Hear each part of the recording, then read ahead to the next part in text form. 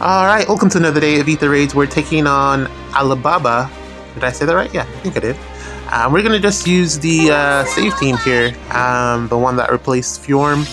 I think going forward, I think I'll probably just, I don't know. The thing is, I use this, I use this Byleth for pretty much everything. Currently, he's just, I don't know, man. He's like literally the best save unit in the game. But unfortunately, he doesn't necessarily match my playstyle, so I don't know what I'm gonna do about that for right now. But yeah, for right now, I'm just gonna be using this Byleth.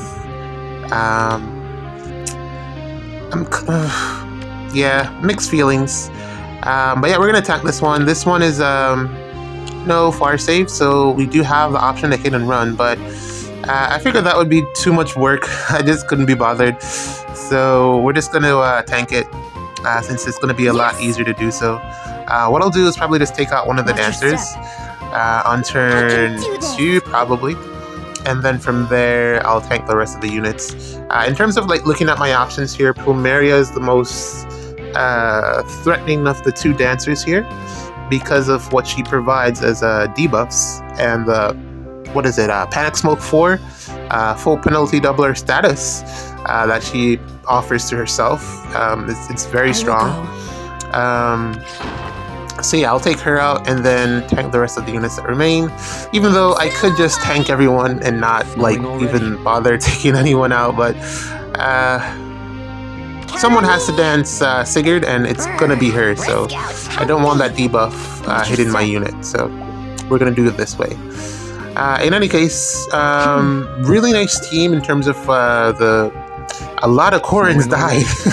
I'm very surprised that he fathered so many Korrins to get the counter roar on Freyr and Na. But you do what you want with your favorites. Very surprised though. Korrin is a very strong save unit, but that counter roar skill is only available on her currently. So I was, yeah, when I saw it, I was like, wow, interesting choices. That's at least 2 Korrins. So that's like a +1 or a +2 right there. Which would have worked out well, because as a fire save, she's not like the worst in the world. But, you know, saves are just like not really the thing. But yeah, no dual units, nothing to really be afraid of too much here. The hardest part is probably going to be getting the pots. And then from there, we should be good to go. So let's talk about the banner a bit. I hate it so much. I hate it so much. Like any other units. What happens to Year of the Dragon? Like, this was supposed to be a dragon banner. Isn't that what they did last year with the beasts? There were so many beast units on that banner last year, and we have Dragon's New Year and we only get 1 dragon. Like, what's the deal? Like, what's going on? Very, very disappointed about that. But looking at the trajectory, it kind of makes sense in terms of like the New Year's banner is typically all Fey OCs, which is really what it was this year as well. But I mean, you have a lot of OCs that are dragons or should be dragons, so you could have fit them in regardless and just pushed off the Golveg Fest or the Seior Fest, whatever you want to call it, until, I don't know, summer, which would have been totally fine. But what they ended up doing was releasing this broken unit who a lot of people are sleeping on, from my estimation. Just looking at the reactions, a lot of people are sleeping on how strong this unit is going to be, this dual unit, who is a flyer for some reason. I guess it kind of makes sense, whatever. But that ability to turn off actions or to just end your turn is very, very strong. And the only thing that was keeping her from not being used more often was the fact that she was a mythic and not blessable. Blessable means that you're going to see her everywhere. Defense, offense, light season, dark season. Even when running like offensive teams on Astra, because in my opinion, Seior isn't necessarily the best outside of what she offers in terms of ending turns. She doesn't offer very much else in terms of She does hit hard, but there's just something about her that's missing. You'd rather bring a different mythic, Hater, for instance, or even Veil. There's no comparison between Veil and Hater, in my opinion. But being able to shut off the turn every turn is so much better. So much better. There's so many possibilities that you can like pair her with. Just off the top of my head, her plus Milla, extremely broken, because the only way to counter your turn being ended is to have a dancer dance, and if the dancer can't dance, you just have, what was that? You're down 2 units automatically. You're down 2 units in light season, and then in dark season, if you have isolation in, let's say, the form of, well, there is counterplay in terms of like Freyr, but if Freyr isn't there, you're down pretty much 3 units just off rip if you have Seior plus isolation. And then it really depends on how your layout is. Depending on what your layout is, if you have like your best units at the front, it's basically done. You've lost that turn.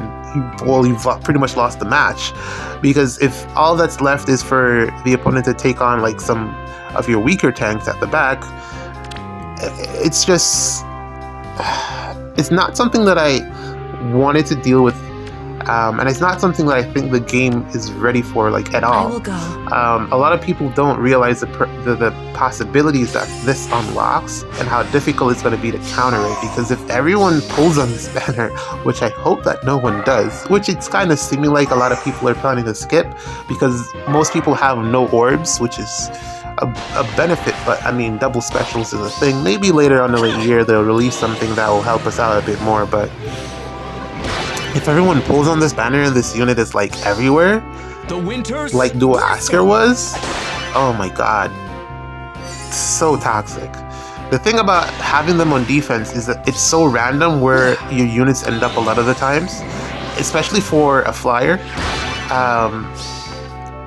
It's gonna be hard to predict where they're gonna end up, and that can potentially like mess you up when you're planning out your actions, especially like for Gale Force teams, because it's every turn. You're automatically down 1 unit, even if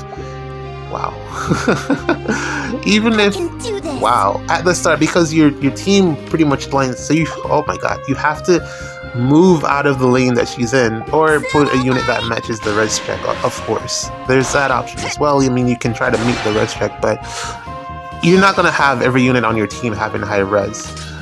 It's just like not optimal, because you're losing either speed or some other stat to meet that res check. Speed or attack, more than likely. Res checks are notoriously difficult to meet. Res is just getting higher and higher and higher. Where, I mean, speed is pretty high, but res it's so easy to put +7 res on a unit. It's just so easy. I'm very, very disappointed. I mean, the only saving grace is, as I said, I don't think a lot of people are gonna pull because they don't have orbs, and some people aren't like are fatigued with summoning, and some people just aren't very high or realize the potential of the unit.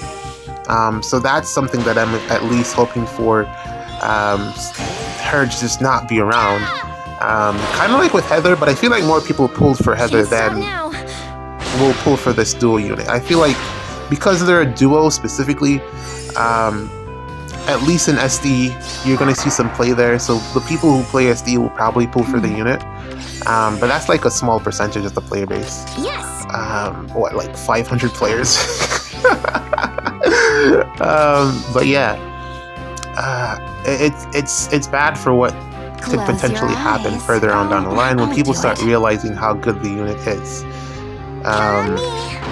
I'm just not happy about it, man. Shutting off 3 lanes, and that's like not even including that you could potentially even bring Valentine's Leo into the mix, which is basically like a 4th lane that's shut off. Yeah, man, that's jeez. No fun times here. Why not? And that's only like if your units are spaced out, if you're like running a cav line or something like that. If you're just running like a regular ball defense with a low threat range. Where was that? Like, I don't think your team is even gonna move. The front row of your team is gonna move. It's just literally too much to think about, man. I'm very like not happy with the choice. It could have been any dragon. There's so many dragons that they could have chosen to put on that duo. But whatever, man. GG's. See you in the next one.